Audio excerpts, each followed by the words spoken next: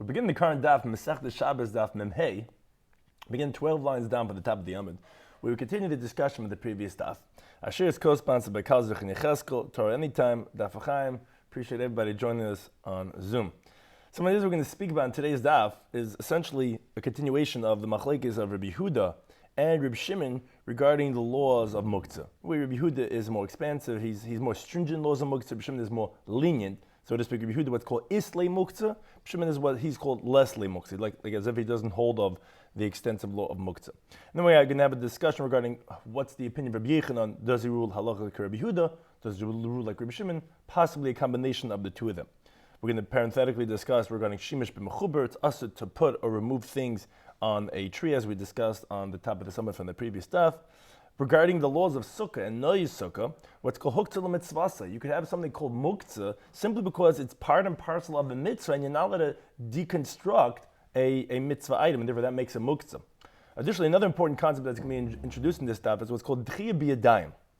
Not necessarily with your hand, but that's the terminology, which is that you actively made the item unfit. That could more likely make the thing muktzah. Another important wording that comes up a lot in the opinion of Rabbi Shimon is what's called gregors v'tzimukim, regarding dried figs and raisins, which they become really inedible at a certain point in time in their drying process, where according to everyone, that's going to be considered as muktzah. Another important word that's in Masechtas Beis is the word, is also something called muktzah of noilid, which is something that came into existence. It was, so to speak, born on Shabbos. That's also a stronger form of muktzah because it wasn't even around. The whole idea of muktzah is that it wasn't prepared. Muchan means it was prepared. You can't say it was prepared if it wasn't even here in the world. Therefore, again, that would make it a stronger element of muktzah. So we begin the current daf with a continuation in the opinion of Rabbi Shimon. Shimon essentially holds very lenient in the laws of muktzah. He says anything that a person has in mind that's fit for use on some level, he does not consider that as muktzah. Unlike the opinion of Rabbi Yehuda, those that is Rabbi Meir, people that are more stringent than him, he holds that essentially most things are not muktzah. But the following question is like this. It says, chitim shezaru'an bekarka, regarding wheat that was planted in the ground, but it didn't take root yet. So there's no problem about, let's say, if you would take it out of toilish, it wouldn't be detaching it from the ground. Or ubeim shetachas tarnagelas, or you put an egg beneath the chicken to hatch. Ma, what's the halacha? Can you take this thing out from where you put it and eat it? So why wouldn't you be able to take the grain out from the ground or the egg down? As the Gemara explains, because maybe when does Rabbi Shimon not hold of the laws of muktzah? Meaning here, essentially, you're saying I'm not thinking about this anymore because I'm planting it. Now, halachically, there's no malacha being done by taking it out, but it was set aside. So therefore, when do you say Rabbi Shimon does not hold of muktzah? Meaning he holds, if this is edible, you could eat this grain, you could eat this egg. Yeah, but that's heichud ledachi biyadayim. That's where you did not actively reject the thing. Let's say the chalas dvash we spoke on in the previous daf, or generally when he talks about, let's say, an animal that dies, you didn't actively reject it. Maybe you didn't specifically think you want to use it, but you didn't actively reject it, therefore it's not muktzah. But here you actively rejected this thing. You planted it in the ground, you put it beneath the chicken, so therefore maybe islay muktzah. Maybe then he holds that it is going to be considered as muktzah because you set it aside. So although it's edible and it's usable, but you rejected it. Now, Taisa just brings up a very important question that should be evident to anybody, is that, wait a second, we know Rabbi Shimon's opinion, we quoted this on previous dafim, that if a candle goes out on Shabbos, Rabbi Shimon says it's permitted, even though you actively rejected it, you lit the candle, you're actively making it usher as muktzah. So it says, no, there it's different, because since there at some point the candle is going to go out, so it's not an eternal rejection, because you're going to wait till it goes out, and then on Shabbos at 3 o'clock in the morning, whatever it is when the candles go out, then you could use it. But here, this will always be rejected as long as nothing changes. Because there it was put into the ground. It's always going to stay there unless you remove it. So you forever. So maybe there, Reb Shimon would agree that it's going to be as muktzah. Aydemos says the Gemara maybe, and this is actually the halacha, that loishna, no, maybe it doesn't make a difference. And on Aramalei, Rabbi Yechanan said to him, ein muktzah Reb Shimon. Reb Shimon does not consider even these cases of being deichi b'dayim as muktzah, Shemen shebener, only the oil that's in the candle, not really the candle, the lamp. B'shashu dailig, at the time when it's lit, which is a brisa we mentioned on the previous daf, on Daf Mem Dalet Manav. Now, Taisa points this out a few times in this sugya. Doesn't mean specifically the oil in the lamp itself when it's lit. because that would be forbidden for a different reason. That would be a malacha of mechaba, of extinguishing, like the Gemara says in Be'er Daf Chad Beis Amud Aleph. If you take from the oil in the lamp when it's lit, it's extinguishing. What we mean to say is, if it's dripping from the lit lamp, that oil is going to be muktzah. Why? Why would he agree over there? And why is that different, let's say, than this case over here that we're discussing? Since it's set aside for its mitzvah, what is the Ner Shabbos? What's this lamp? It's Ner Shabbos for the mitzvah of lighting the Shabbos candles. And this is how the Gemara assumes originally, there's also, it's set aside for prohibition. You can't take the oil because you're going to be the prohibition of extinguishing. So there's two elements of muktzah for the Shabbos candles, which that is like the cases that are going to be forbidden, which is when it's lit, when it's extinguished, he says you could use it because it doesn't hold of muktzah that if it's partially muktzah, but let's say ben hashmash should become muktzah the whole Shabbos. If there's two things in like the lamp, which when it's lit, which is it's set aside for its mitzvah purpose, that's one type of muktzah, and it's hooked to li'isuri. There's a prohibition related to it. What's the prohibition? If you would go ahead and use it, you'd be extinguishing it. So because of those two things, that makes it muktzah to use the oil when it's lit. So that's the type of thing that's going to be muktzah. Conscious over here, where we don't have a huktzah lemitzvah side, there's no mitzvah related to this grain. Therefore, it's not going to be muktzah. On that, the Gemara asks, V'lesli huktzah lemitzvah side, does Rabbi Shimon not hold of just if something is set aside for its mitzvah? In other words, because the Gemara assumes right now, when you said that the only thing Rabbi Shimon considers muktzah is the oil in the lamp when it's lit, is specifically that case where there's two things. A, it's set aside for its mitzvah. It's a Shabbos candle. It's a mitzvah candle. And it's also when it's lit, it's muktzah because there's a prohibition about you can't take the oil. You would be extinguishing, which is an isser. So there's mitzvah and isser. But if let's say it was just set aside for mitzvah itself, then Reb Shimon would not say it's asser, even during the moment when the mitzvah is happening, which is like when the Shabbos candles are lit. Is that really so? He wouldn't consider that muktzah? But B'tanya in the Brisa it says, interesting halacha. Sichacha, if someone goes and makes schach, a covering for a sukkah, kil chasa, the way the halacha is supposed to be. And ve'itra, he decorates it, and you see this beautiful picture that we have, bekramim, with colored garments, uvesadinin hamtziyarin, and you have these linens that are ornamental, v'tala ba'agayzim, and he hangs nuts on it, afraskin and peaches and shkedim and almonds, vermainim and pomegranates. Sounds like a beautiful sukkah. V'afrachalei shalanavim, and clusters of grapes, v'atarish shal shibailin, and wreaths of grain, yenes, wine, shmanim, oil, vesalasis, and flour, meaning he hangs that in these glass vessels. So you have this beautiful sukkah with all these different sukkah and noise sukkah. Says the Bryce like this. This is actually the halacha l'maisa. Also l'stapik man. You're not allowed to go ahead and utilize any of these noise sukkah or these decorations and these things. You don't have benefit from it. Ad matzah Yom Tov ha'achron, until after the last day of Yom Tov, from the last days of Yom Tov, which after Shemini Atzeres. Now, over here, there's only huktzah lemitzvah. This is a mitzvah of sukkah, set aside for the mitzvah. You can't use it for your own personal benefit.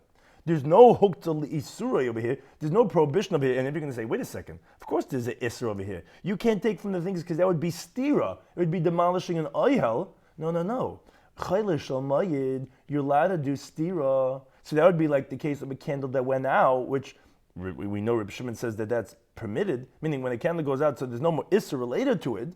But still we see, and we're going to ask in a second how we know this Rabbi Shimon, that even though it's just only one thing, it's only huktzah l'mitzvasai, the whole Yom Tov, Cholamayid, when there's no problem about an isser of stira, you're allowed to take apart and build things on Cholamayid, but still, you don't have benefit from it because of only huktzah l'mitzvasai. Now says the Bryce of him, if you made a stipulation, which is also the halacha, but it's very complicated, hakol if it's tonight, it goes according to your stipulation. You made it tonight, that I'm going to want to use this on Cholamayid or whatever, fine, then you could go according to your stipulation. But one thing is we see that just hooked the mitzvah is considered muktzah. Now says the Gemara, wait a second. Well, my Rabbi Shimon, how do you know this Bryce Rabbi Shimon that I'm asking from it? And you tell me Rabbi Shimon only holds a lit candle. You can't take the dripping oil because there's two things: hooks the mitzvah and hooks the lisurah. We see over here there's just hooks the mitzvah. Who said it's Rabbi Shimon? I'll prove to you it's Rabbi Shimon. Why? Because the Tanya Rabbi Chia bar Yosef kamed Rabbi Yechanan. Rabbi Chia bar Yosef taught a Bryce under Rabbi Yechanan. It says like this. He says, "Ein noitlin eitziv." You cannot take wood on Pesach and Shavuos, not the Yom Tov Sukkah, a different Yom Tov. Pesach and Shavuos, you can't take the wood min ha-sukkah, not the sukkah that we use on sukkahs, a sukkah that's made for shade. You can't take the wood from that hut, the Yom Tov on Yom Tov, even if it falls, it collapses. So you're not demolishing anything. You can't because it's muktzah. Because of what's called iskoy ben shema. So during twilight, it was considered muktzah because you were not able to demolish an oil even on Yom Tov. So even though now, let's say, collapse sometime during Yom Tov and you need some wood, no, you're not allowed to use that wood.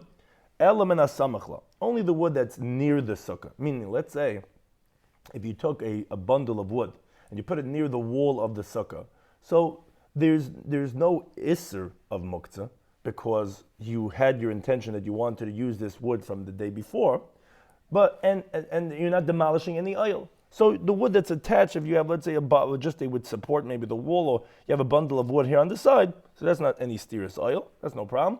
Then you could use from the wood over here that's on the side of the sukkah. Now, Rabbi Shimon says that actually, he says it's permitted to actually use the wood from the sukkah itself if it collapsed. Why? Because it doesn't hold of muktzah because it was huktzah isurei when it was prohibited to demolish it. That bein hashmashes now it qualifies of the whole thing, as the Gemara explains in Masechtas Beis. It says no, now that it collapsed, so there's no problem of steerous oil. You're not demolishing anything, and the fact that it was set aside doesn't make a difference to him. You're permitted to use it. But continues the Brayso, v'shavin, both Rabbi Shimon and Rabbi Yehuda agree. B'sukas hachag bechag. So up until now we were speaking about a sukkah on Pesach or Shavuos, but he agrees regarding a sukkah on Sukkos, where, forget about the isser that we're discussing until now of steerous oil, demolishing oil. Here there's a different muktzah, a muktzah of limitzvasai.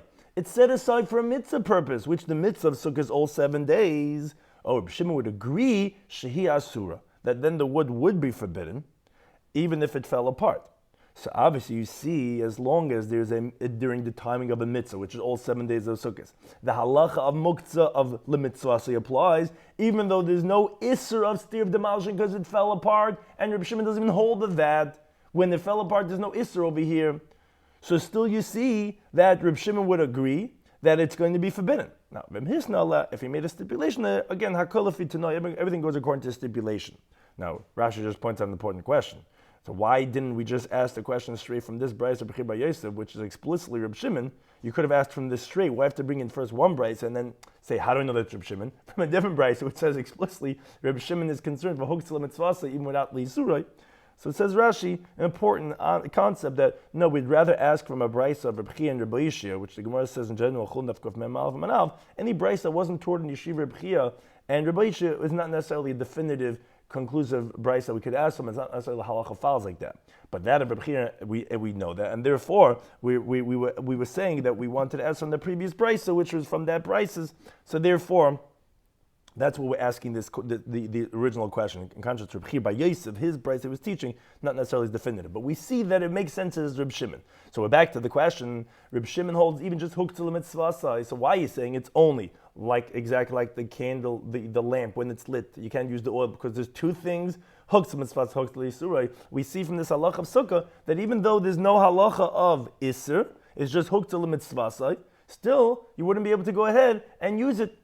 So says the Gemara, you're right. It's ke'ein shemen shebenei kaminan. We were saying that if it's like the oil in the lamp that we're saying, meaning not because there's an element of iser, of prohibition, that you need both. Rather, there's only an element of huktzah mitzvasai. So what were we saying these two words? Weren't we saying huktzah mitzvasai, huktzah isuri? You have to read it differently. What do we mean when it's similar to the oil in the lamp? Hayil v'huktzah mitzvasai, since it's set aside just for its mitzvah for Ner Shabbos.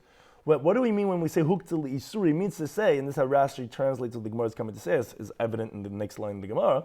As long as there's a prohibition when it's lit, that's when the huktzah mitzvasai applies. Because the mitzvah of the Ner Shabbos is only when it's lit. When the candles go out, there's no more mitzvah of Ner Shabbos on it anymore.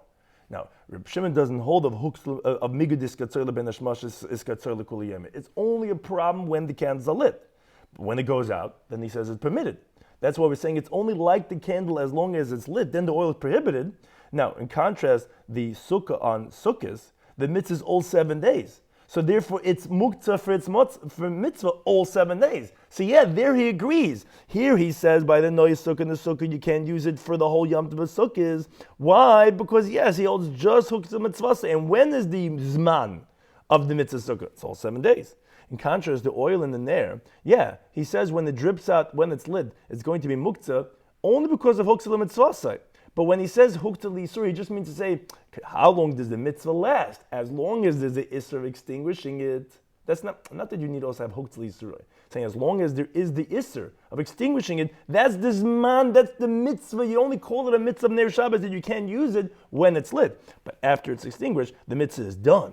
And since he doesn't hold migdus skatzur ben hashmashes, it's not skatzur l'kol yemen. Therefore, Ner Shechava is mutter to use the shemen. But when it's lit, what do we see there? Hukta mitzvasai. Only then is it going to be asur, and that Reb Shimon does agree. You don't need to have also hukta l'isur. It says the Gemara Manami so to actually learned explicitly the Amr B'chir Rabba Amr B'Yechon. And Reb Yechon said it like this: Ein mukta Reb Shimon. Reb Shimon does not hold of mukta like the question that was asked of him. The question was asked: let's say you plant a kernel, or let's say you put the egg beneath the chicken. He says no, that's not going to make it mukta. Why not? Because he doesn't hold its muktzah, even though there you're actively rejecting it. Ella ke'ein shemet shebener. It has to be like the oil in the lamp, meaning b'shashu like when it's lit. Since it's not just set aside. Yeah, you could be set aside. It's still not muktzah. It's huktzah mitzvah. It's set aside for mitzvah. Huktzah l'isuri, and then it's muktzah for as long as the isur, as the prohibition applies, which is as long as it's lit. Now, a similar type of a discussion the Gemara brings regarding Reb Shimon as he holds regarding the laws of Peiros. Amr Yehuda Mishmal says, Ein muktzah Reb Shimon. Again, we have this wording we're seeing here in the sugya. Reb Shimon does not hold of muktzah. Ella, there's some exceptions. Greigeris, which are the figs that are brought up to the roof to dry out. And when they stay there a little bit, they're not edible at all until they fully dry up, and then you could eat it as dried fruit. But in that middle stage, it's not. You can't really enjoy it. When they're regular figs, fine. When they dry up, they're good. But that middle stage, not good. So to be tzimukin, regarding the raisins of a grape, when you dry up the grapes, that's bulvad. That's the only case which Tays brings from the Yerushalmi, because in the middle they really spoil. And since they get so ruined, he's obviously not intending to use it, and that's the important concept that makes a muktzah until it's really good. So that's where Reb Shimon would agree. But everything else, here they become quickly inedible, so they're going to be muktzah. But let's say other fruits that are somewhat edible, they're not going to be muktzah according to Reb Shimon. That is the Gemara. Is that really true that other fruits are not going to become muktzah? But Vatanya, in the Braisa, it says, someone was eating with figs, and he left it over. And that this important part of the Chiddush, that even though he was in the middle of eating it, but once he brings it up, the Helen Lagag, he brings it up to the roof, that's where the sun could really get to it. Lasses man Gregor is to make it into dried figs, or let's say Banav Mahisa, that's in the middle of eating grapes. And he had enough. Not going to eat grapes anymore. What he can do, he doesn't want to waste the grapes. So, make it into raisins. So he has leftovers. And he brings it up to the roof last night to make raisins out of them. Says the Braisa, lo yoichel. Not let eat from these things anymore. Why? Because you already removed your intention from it. You already set it aside that now, forget it, you're not eating from this anymore. You're setting aside. Unless you specifically prepared from before Shabbos saying, I want to eat from those things, until you mentally prepared it, or maybe even orally, it's not going to be ready to use. It's out of sight, out of mind, and then it's going to be considered muktzah.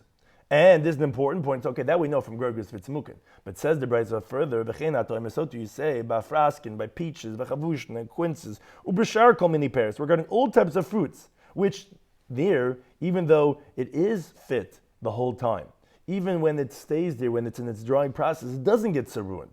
It's just that, but since it was set aside, it's going to be aser. So says the Gemara Mani. Who's the town of this brisa?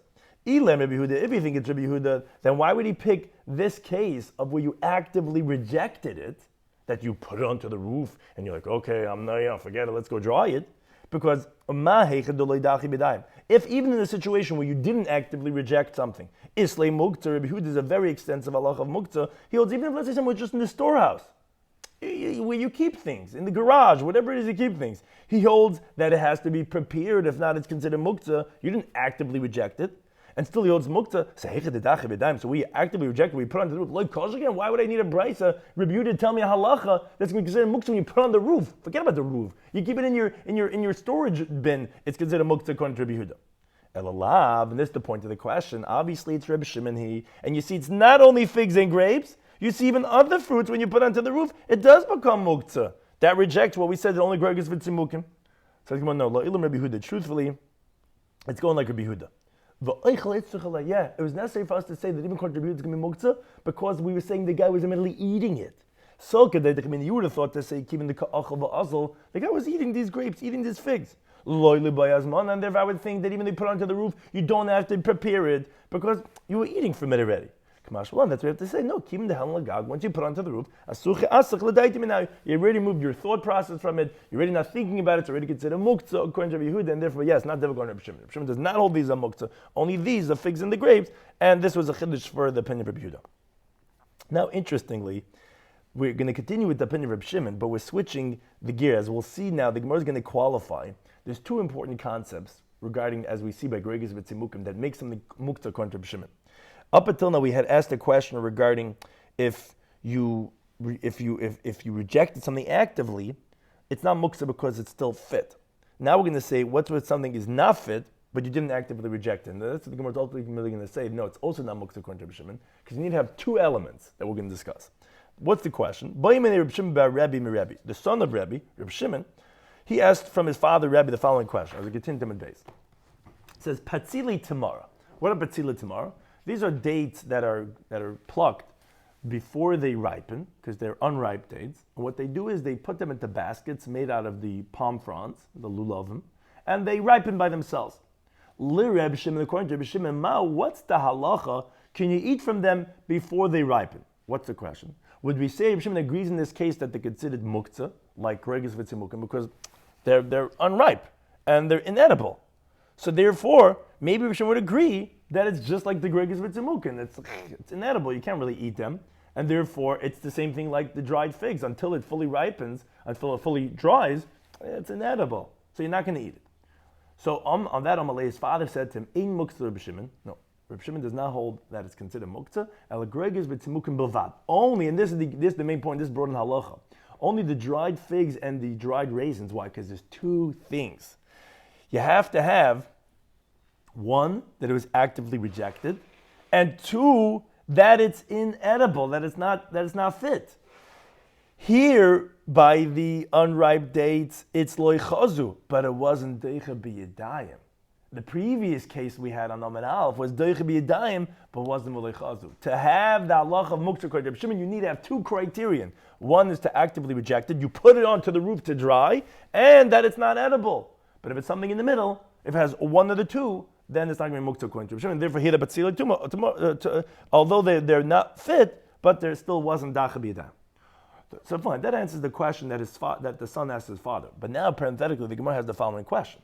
The Gemara assumes, what, the Rebbe Leslie Muktzah? The Gemara assumes from the fact that his son asked his father, in Reb Shimon's opinion, obviously, his father, he heard from his father that the halacha is like Reb Shimon. So the son wanted to know, Tati, so what's the halacha regarding the unripe dates? Would that also be Muktzah on Shabbos? So that's the Gemara asking. What, Rebbe Leslie Muktzah doesn't hold of Muktzah, meaning he holds like Reb Shimon that doesn't hold of Muktzah? But Vatnan, we learned the Mishnah Masechtas Beis that says the following halacha: Ein mashkin. You cannot give to drink to the animals. Now, why are you giving animals to drink? Because their custom was that they would give an animal to drink before it was slaughtered, because then it's easier to skin the hide. So that's what they would do. See, now they give the animal to drink, or b'sheichten, or to slaughter es hamidbariyos. Midbariyos are the range animals, which those are the animals that go out far. They're not domestic. So on Yom Tov, although you're allowed to slaughter an animal, but it's still muktzah. It's not considered prepared. So you can't water them, you can't slaughter them. They're not permissible to use. But you could water and you could slaughter the domestic animals, because on Yom Tov an animal's not muktzah. You could slaughter, you could do malacha feichel nefesh. But the range animals, those that are far off, those you can't use. Now, B'tanya, when the Brisa Elohim Midbariyos, not really the pictures like we have necessarily over here, but Elohim Midbariyos, what are the ones that are considered muktzah, that are considered the range animals? It says the Brisa, Kol she'yotzes b'Pesach. If it leaves in this season that we're in right now, if it leaves by Pesach time, v'nichnas is b'revi, it only comes back by the first rains of Marcheshvan. So the whole summertime, these animals are gone. You don't see them the whole summertime. Those are considered range animals. They're muktzah because they don't stay by you. They're out of sight, out of mind. By Yasis, what's considered domestic? Kol she'yotzes v'royes chutz l'tchum. They go out and they graze right outside the boundary. But they come and they sleep in the boundary at nighttime. Those are domesticated animals. Those are with you, and therefore they're not going to be muktzah. Rabbi Yomer, he's more lenient. He says, no, he says, even the category you just described, that they're gone the whole summer, those are still considered domestic animals. The fact that you don't see the whole summer, it's like kids also, you don't see them the whole summer. But these are still your animals. But Elohim Midbar says, but what are considered those that are muktzah, that are considered the range animals, is called sharoyas ba'afar. They graze in the marsh. They never come into the settled area. Not in the summer months, not in the winter months, maybe like some of the animals that we have over here. So those are considered the range animals. Those are muktzah on Yom Tov. But one thing we see is, okay, at least those are forbidden. So obviously we see that what's called Islay Muktzah, he holds that it is Muktzah. Rebbe agrees to Rebbe Yehuda that the animals are Muktzah. So how do we understand this? On the one hand, it seems from the fact that his son asked him the question that he agrees with Rebbe Shimon, that Leslie Muktzah, and yet here we see from this Allah and Mishnah Masechet Beis that he agrees like with Rebbe Yehuda that there is Muktzah. So the Gemara brings three different answers to answer this question. If you want, you could say answer number one is that Hani, these midbariyos, these animals that he said that they're muktzah because they're range animals, they never come into the settled area. They're the exception. They're like the dried figs and the dried raisins because you have both elements. One is they're actively rejected, where you send them out, you're never going to have them. And the second one is that it's difficult to go out and bring them. They're not really raw, they're not really fit. You really have the two elements like you have like Gregus Vitzimukin. So the difference is exactly like Rebbe Shimon. Or, if you want, you could say that actually the case of the unripe dates that his son had asked him was actually l'devar Reb Shimon Kamale. You're right. His son was asking him according to the opinion of Reb Shimon, but to Rebbe, no, he actually does not hold to the opinion of Reb Shimon. He was asking him, Tati, what's the halacha according to Reb Shimon? But not that he actually held like that. And therefore it's not difficult. Yeah, he holds like Rabbi Yehuda that actually that it is muktzah. Or if you want to give a third approach, that actually the opposite way. No, he actually holds like Reb Shimon. But in the Mishnah Masechet Beis that he seems to agree that there is some element of muktzah, l'devrei d'Rabbanan kamalu. He was telling the other opinion that we quoted, the Tanna Kama, he was responding to them. He was telling them, l'didi lesli muktzah kla. I don't know the muktzah at all. Like Reb Shimon over here in our sugya, that his son was asking his father, what's Allah? He said, no, not muktzah unless Greg Vitzimukah. And you're right, even the midbariyas are not muktzah. But he was telling them, l'didchu oideli mihas. But at least he was telling them, at least agree to me somewhat. Meet me somewhere in the middle. At least when it goes out by Pesach and it comes back by the first rains, the bayas is ninu. For sure, they at least agree to me that it's not going to be muktzah because that's considered domestic. On that Rabban Amrle, the Rabban said to him, "Lo, no, midbaris ninu. Even those are considered the range animals and they're going to be muktzah." But not that he holds that even those what he called our midbaris are going to be muktzah. He was just saying, "Okay, fine, maybe that I'll agree to you for your opinion. But even in your opinion, Rabbi Yehuda agreed to me that those are bayasas and those are not midbaris." And I said, "No, even those are midbaris." But he himself actually held like that of Reb Shimon. So those are the three different approaches. Now, Amru Rabbi Babachana Amr B'Yechanan says, Amru, they, who's they, the yeshiva students, they said halacha Reb Shimon. They said halacha follows like Reb Shimon, again, that lesle muktzah. Now, on that as the Gemara, so that's the teaching that they had said that halacha is like Reb Shimon. And this was Rabbi Yechanan who said this. Says the Gemara, Rabbi Yechanan, did Rabbi Yechanan really say halacha is like Reb Shimon? But this elder person called Karaya, some say Saraya, meaning that's the place that he comes from, like the Lutzke Ilui or whatever it is, that this is the elder from Karaya or from Saraya, asked me Rabbi Yechanan the following question. Kina Shatan Gailas, a chicken coop, which is this picture, and it's movable. Ma'ul Tuli b'Shabbos. What's halacha? Could you move it on Shabbos? So Amalei, Rabbi Yechanan said to him, Klum Asoi, is the chicken coop made for any utility? It's made for chickens. So therefore, it's what's called Kli Shemelach Toile Isser, a vessel that its utility is for something forbidden. What's it made for? Of course you could use the chicken coop for anything. You could hold your cholent here, whatever you want. But what's it made for? It's made for a prohibited thing, which is a Baal Chai, which is Muktzah. So it's Asr. It's considered as a vessel that's used for a Dva Isser. Now, so therefore it's Asr. But one thing we see is that Rabbi Yechanan holds, like Reb Yehuda, Islay Muktzah. How could he say halach is like Reb Shimon? So the Gemara has a few different approaches and rejects a few of them. The Gemara first says, Hachmai Skin, we're starting from the left side. Hachmai Skin, what are we talking about over here? This by a freich mess. That there's a dead chick inside that chicken coop. Now, a dead chick is not fit for a person to eat, and neither is it fit for a dog to eat. Now, why not? Didn't Reb Shimon say Masechtas Beya that you could cut up an animal that died on Shabbos to give it to the dogs? So Rashi explains from the Gemara over there that that's only if the animal before Shabbos was like on the throes of death, and therefore it's not out of sight, out of mind, because you're thinking, hey, this animal might die, and I might just give it to the dogs. But if it was a healthy animal, then no, his intention was not to give it to the dogs. So here too, this dead chick that died on Shabbos, he didn't think about giving it before Shabbos to the dogs. So therefore, even Rabbi Shimon would agree that this would be muktzah. So that makes the chicken coop as, and this is an important concept, we're introducing a new halacha concept really in the sense for the laws of muktzah. We spoke about in passing, a basis l'dava aser. It's not really that the chicken coop itself is muktzah. We're going like Rabbi Shimon, it doesn't hold that the klitcha machlis is a problem. It's not that this is a problem with the vessel itself, but it's a platform, it's secondary to the dead chicken. Since this is muktzah and it's holding it up, so that's going to make the chicken coop itself as muktzah. But now the Gemara says, wait a second. And the Gemara says, derava. That's only good according to one opinion, Dama, that he holds. Rabbi Shimon agreed, like we said, that even though Rabbi Shimon says that you're allowed to cut up a dead animal for the dogs, that's only if it was, as we just explained just before, when it was in the throes of death before Shabbos, where your intention was before Shabbos, this animal's going to die. I'm not going to be able to eat it because it's not going to be slaughtered. I'll give it to the dogs. But that he agrees b'bali chayim. In other words, what do you mean bali chayim? Meaning when it was a healthy animal, shemesu, that it died, shasurin, that it's forbidden. So that's a good answer. He's saying even Reb Shimon himself would agree that this chicken was a good healthy chicken before Shabbos. You didn't think about giving it to the dogs. Fine, that would work. But Elamar Bereid Rabbi Yisrael is Shmei Derava. He has a different version of Rava. The one that he says Chalakori Reb Shimon afila b'bali chayim shemesu. No, Reb Shimon even disagrees over there.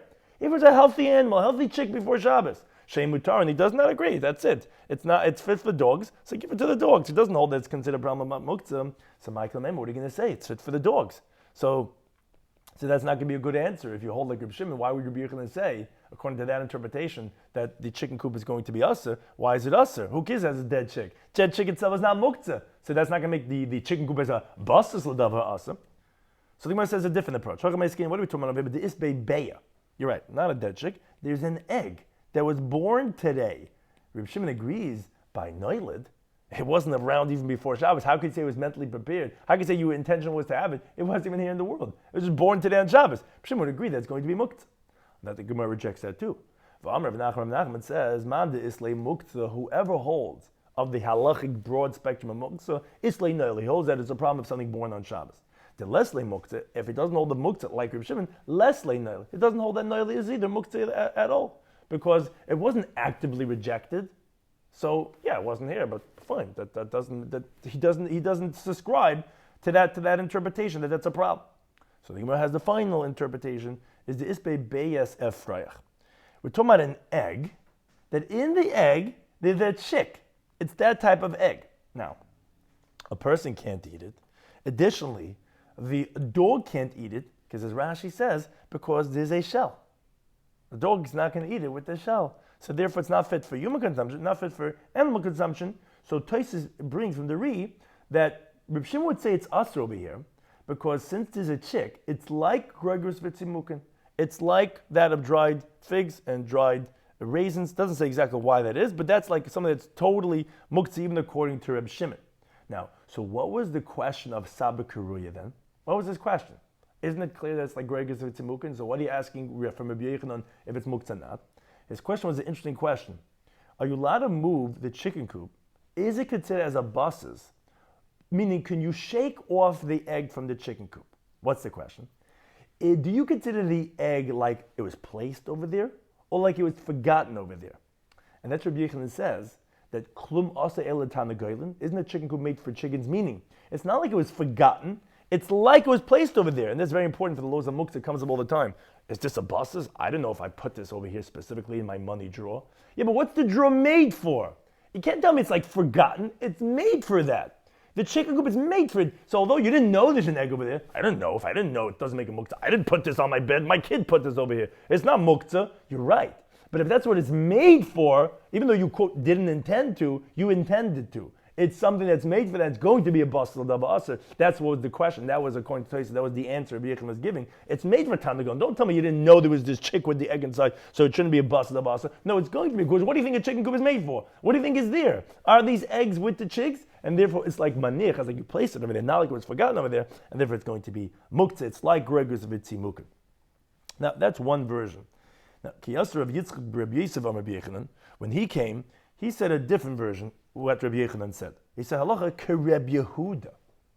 Not like the way we just said before, the halacha like Rabbi Shimon. He said, halacha is like Rabbi Yehuda. Rabbi Shimon Levi disagrees, and he says, no, halacha Rabbi Shimon halacha is like Rabbi Shimon.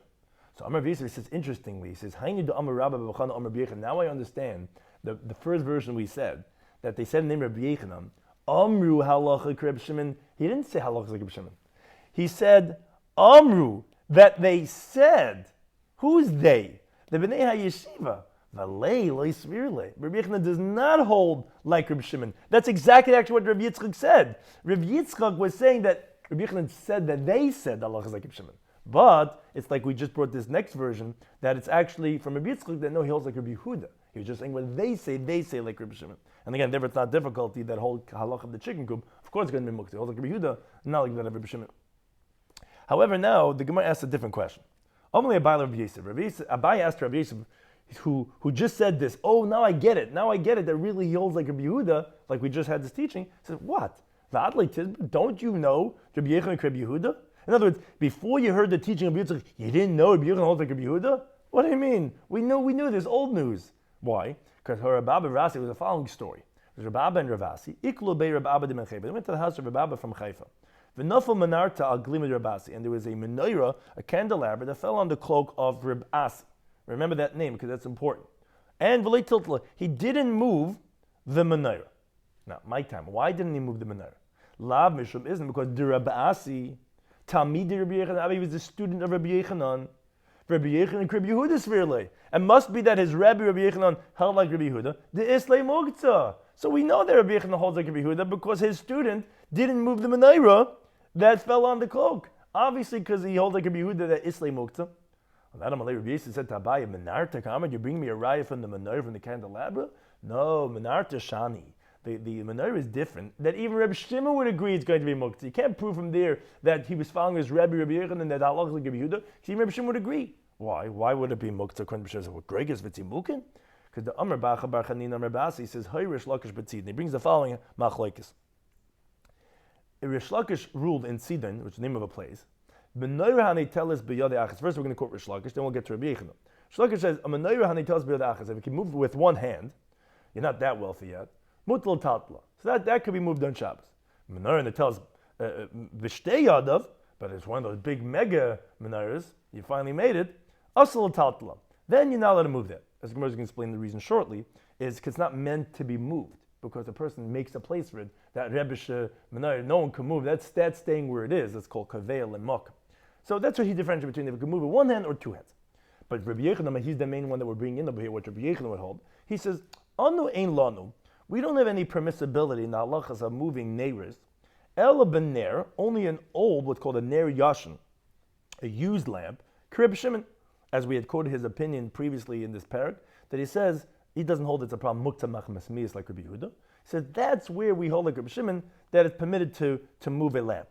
Abba menorah, but a candelabra, even Reb Shimon would agree.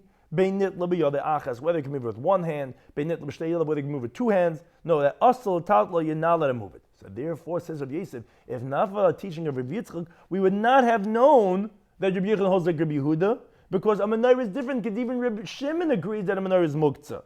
But now that I know the teaching of Rabbi Yitzchak regarding Rabbi Yechanan, that he holds like Rabbi Yehuda, that actually holds like Rabbi Yehuda in all areas, except, as we see from this teaching, one exception that he does hold like Rabbi Shimon, is by muktzah machmas miyas, by an old lamp that he doesn't hold like Rabbi Yehuda.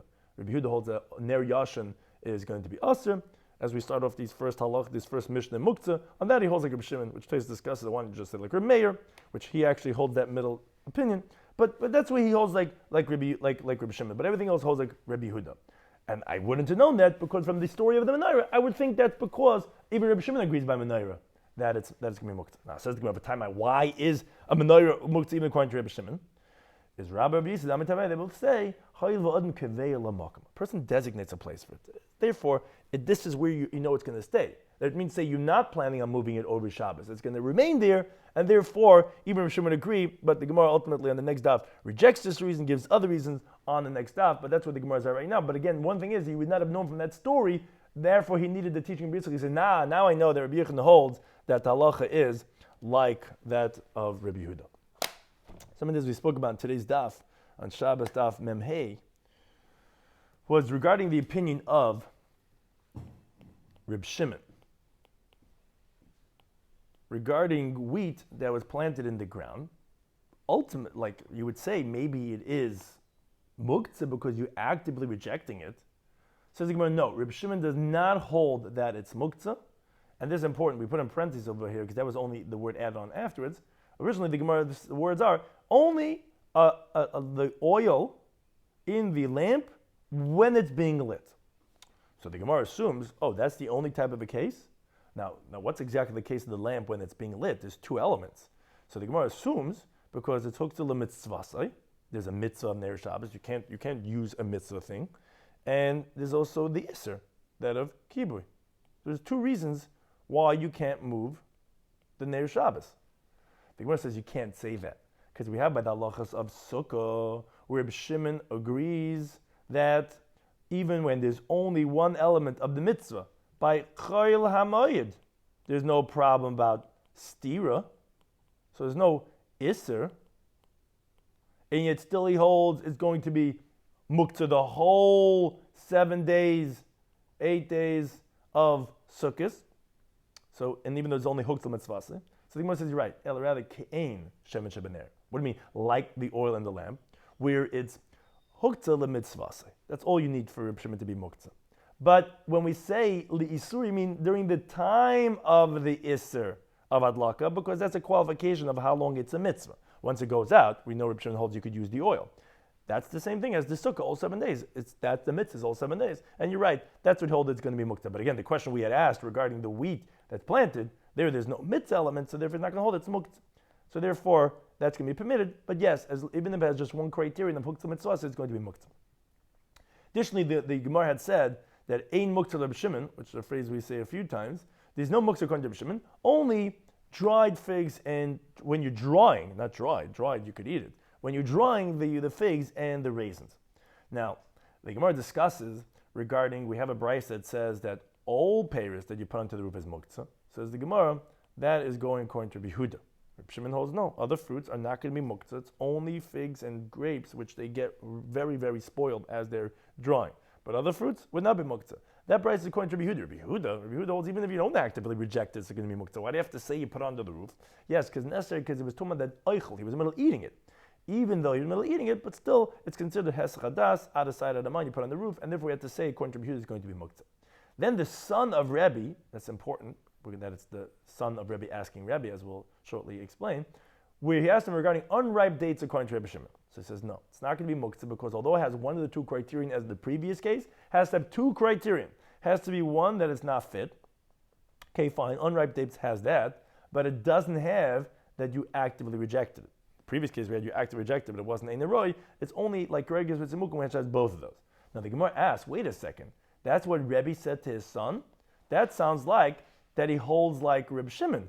But the problem is, Rebbe holds that there is muktzah, like Rebbe Yehuda, not like Reb Shimon. Where do we see that? In the Mishnah, in Masechtas Beya, where he says that there's a prohibition of the midbarius. At least whatever he holds, it's the most lenient, but he holds that there's the range animals that are forbidden to slaughter on Yom Tov. You hold the muktzah, but you hold like Rabbi Shimon. So I'm going to give 3 answers. No, those are like Gregris, which it has the 2 elements of actively rejecting, and it's also ein roy because they're all out in the forest. Second interpretation is that no, you're right. As we see in the Mishnah, Masechtas holds like Rabbi Yehuda. Here he was just answering his son according to the opinion of Rabbi Shimon, but he doesn't hold like that, or the opposite. No, he holds like Rabbi Shimon as we see from our sugya. There he was going according to the opinion of the Rabbanan and telling them, look, I don't hold the muktzah at all, but at least according to you that you hold the muktzah, but at least agree to me that the cases that you said are midbaris, are really bayasis, are really domestic, and they said no, that those are also considered midbaris. Then we had a teaching, so what's the halach? Rabbi Yechanan says, Amru, they said halach is like Rabbi Shimon. So it sounds like he holds halach is like Rabbi Shimon. So the Gemara says, but what do you mean? Someone asked him a question, he says that the kina shatana geilis is going to be aser. What do you mean? It's not gregus v'tzimukim. Why are you holding that's muktzah? So the Gemara's first approach was trying to say that, okay, there's a dead chick. It says, no, that only works according to one the mandama. Another mandama holds that even Reb Shimon holds that's not muktzah. Oh, then the Gemara says, no, it's a beya sheneilid. Can't say that either because that's talia muktzah. If you hold like Reb Shimon, then the beya sheneilid is also not muktzah. So the final approach was the Gemara says that there is an egg that has inside of it, inside the egg is a chick. So because of that, as Taisa explained, that's like Greg is Vitzimukin. As Rashi says, it's not edible for a person, not edible for a dog. It has no utility at all. So that's going to be, even according to Rabbi Shimon, is going to be considered as muktzah. And that's why, yes, even though it's like Rabbi Shimon, the chicken coop is considered as a bus, just ladava asa. Now, the second approach actually says that no. Amru, he says that that's what they say. But he doesn't hold that, and therefore, again, it's not difficult why I said the chicken coop is because he holds like Rabbi Yehuda, where it is going to be muktzah. He was just saying what the yeshiva students say. Now, the Gemara then says, wait a second, that's when you knew that Amru meant that they, but he was saying like Rabbi Yehuda. But what do you mean? What don't we know Rabbi Yehuda holds like Rabbi Yehuda from the story of his student who had the story with the menorah that he didn't move? Why didn't he move it? Obviously, because you hold of muktzah like Rabbi Yehuda. He says, no. A menorah is different. That even Rabbi Shimon would agree, according to Rabbi Yechanan's interpretation, who we're going in his opinion, that no matter what type of menorah, you can't move it. Why? At least the way our sugya ends off, because since a person is kaveh l'makam, sets a place for it, that's it, this is where it's going to be, and you don't plan on, there's no moving with it, and therefore, there's an isser of tiltal. Therefore, it's not a raya that's like Rabbi Yehuda, because even Rabbi Shimon would agree it's going to be muktzah, and therefore he needed that other teaching from Rabbi Yitzchak to say that we know the halacha of Rabbi Yechon is like Rabbi Yehuda, and when they said Amru, it was only that they said like Rabbi Shimon, but he doesn't agree that's like Rabbi Shimon. Thank you to any time for hosting us.